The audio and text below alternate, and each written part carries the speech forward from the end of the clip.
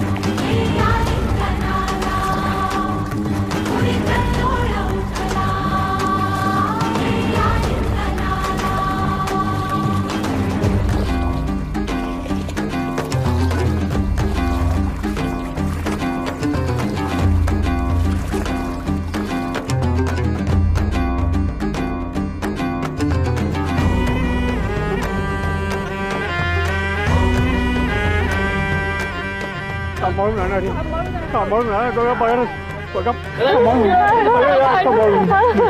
सांभाळून घ्या तिला सांभाळून घ्या.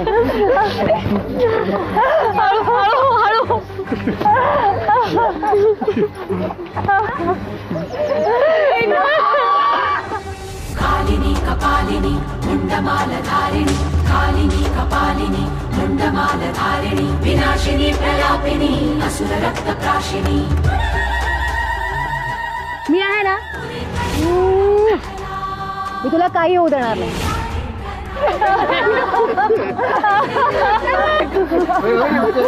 रेखा,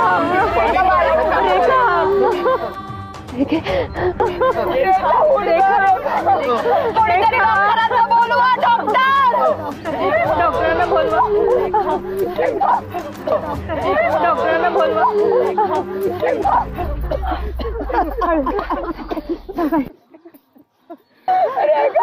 बरं होतंय, बाजूला होतो. असं काय झालं होतं तर जीव द्यायला? बरोबर झालं असतं तर असं काय झालं?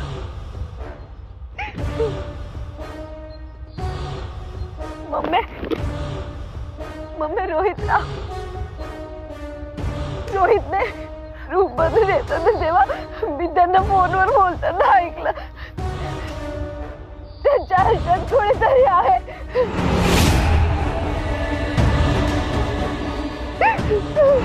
ती रेखासारखी गावढळ मुलगी मला आवडेल तरी का? हा हो प्रिया, माझं फक्त आणि फक्त तुझ्यावरच प्रेम आहे. त्यांनी मला फसवलं. त्याच्या आयुष्यात दुसरी मुलगी आहे. ते म्हणाले त्यांनी नावापुरतं माझ्याशी लग्न केलं.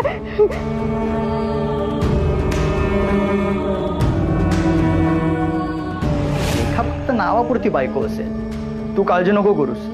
मी फक्त तुझा. रेखे, पुन्हा नाही असं करायचं. थोबाड बंद कर तुझं.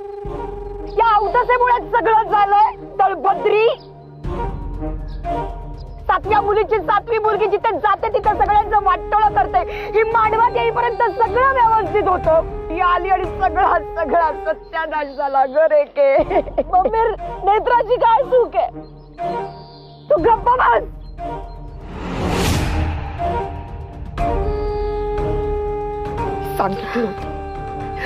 सांगितलं होतं की नाही? नेत्रा सासरी जाईपर्यंत तुझ्या अवदसा लेकीची सावली सुद्धा तिच्यावर पडायला नको. सांगितलं होतं तरीही आली. आपल्या काळ्या जिभेने अभद्र बोलली आणि म्हणून माझ्या रेखाचं असं वाटतं. ललिताताई, माझ्या नेत्रानेच तुमच्या रेखाचा जीव वाचवलाय ना, आणि तरी तुम्ही माझ्या नेत्रालाच बोल लावताय. ओ भालबा, ही काळ्या जिभेची असं अभद्र बोलली नसती ना तर ही वेळ आली नसती. अरे जीव वाचवला म्हणजे काही उपकार नाही केले तुमच्या नातीनं. तर ती नसती तर दुसऱ्या कुणीतरी वाचवलाच असता ना रेखाचा जीव. नाना, तुमच्यापैकी कुणीच का नाही उतरलो पाण्यामध्ये? सगळे सुंबासारखे एक जात उभे होतात तुम्ही तिथे. हो वाघ, बोला ना आता. रम्या, पाटील, गप्पा का आता? माझी सरपंच, तुम्ही तरी लेकीसाठी पाण्यात उतरायला हवं होतं ना. वहिनी साहेब, तुम्ही तरी समजून घ्या. नेत्रामुळे तर तिच्यामुळेच झालंय सगळं. भालबा पुजाऱ्यांची नात म्हणून आजवर गावाने हिला सहन केलं, पण आता नाही बास. ही गावातल्या प्रत्येक घरात गेली आणि नाट लावली. प्रत्येक घरात हिच्यामुळे विघ्न आलं. हो हो, बरोबर आहे. या मुलीमुळेच गावात सगळ्यांचं नुकसान झालंय. आता हिला गावात थांबू दिलं ना तर गावाचं कधीच भलं होणार नाही. हो हो हो, कधीच भलं होणार नाही, कधीच भलं होणार नाही. हो हो, कधीच भलं होणार नाही. आज तुझ्यामुळे माझ्या रेखेचं आयुष्य उद्ध्वस्त झालं. पण आता बास, खूप झालं. आता मी तुला गावात राहू देणार नाही. मम्मी, अगं काय बोलतेस तू? बरोबर बोलतायत त्या. हाकला गावातून, धिंड करायची. हो, हाकला. धिंड करायची, धिंड करा. थांबा. अरे, माझ्या नातीने असा काय गुन्हा केलाय ज्याची एवढी मोठी शिक्षा तुम्ही तिला देताय? गुन्हा नाही, पाप केलंय तुमच्या नातीने.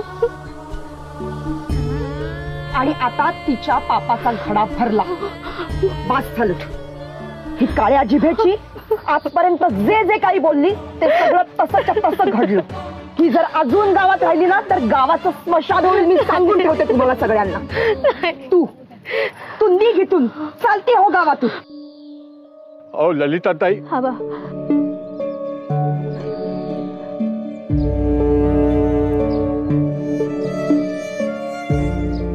जिथे देवालाही वनवास चुकला नाही, देवीलाही अग्निपरीक्षा द्यावी लागली, तिथे मी काय आहे?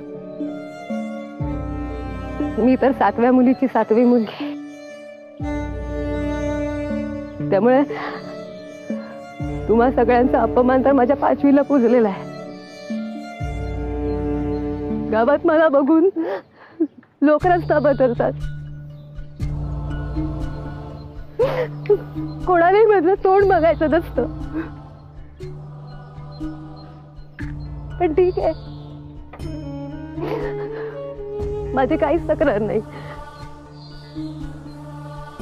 आणि याचं कधी दुःखही वाटलं नाही. दुःख या गोष्टीचं वाटतंय की तुम्हाला कधीच समजलं नाही. अगदी आज हे असं एवढं भयानक घडून सुद्धा तुम्हाला नाही समजलं की मी जे बोलते ते नाही घडत आहे. जे घडणार आहे ते मी बोलते. अजून हिची जीभ झडत नाही.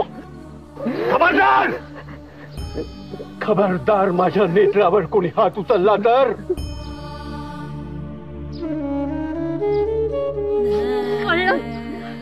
कळलं तुला तुझी किंमत काय येते. सगळ्यांच्या मदतीसाठी प्रत्येकाला अडल्याला धावून जाते, पण तुझ्या वाटेला फक्त यांचे शिव्याशाप येतात. नेत्रा, तू यांचा जीव वाचव, यांचं भलं कर. तू यांच्यासाठी अवताच आहेस आणि अवताच राहणार आहेस. वा हेमे वा, बरं झालं त्या अवदसेला घराबाहेर पडू दे. एका दगडात 2 पक्षी मेले.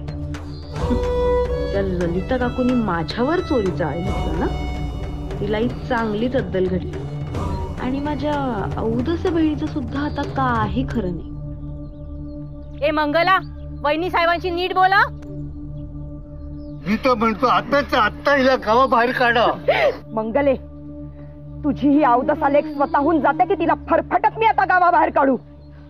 मम्मी,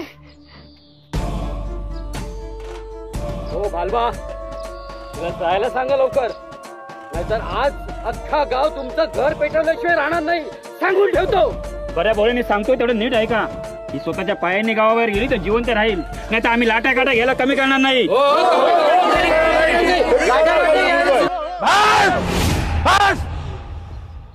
खूप बोलला सगळे. तुम्हाला सगळ्यांना नेत्राला गावाच्या बाहेर काढायचंय ना?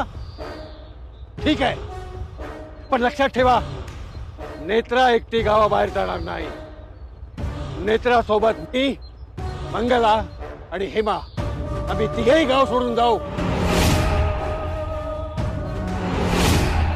उद्या सूर्य उगवण्याआधी आम्ही सगळे हे गाव सोडून कायमचं निघून जाऊ.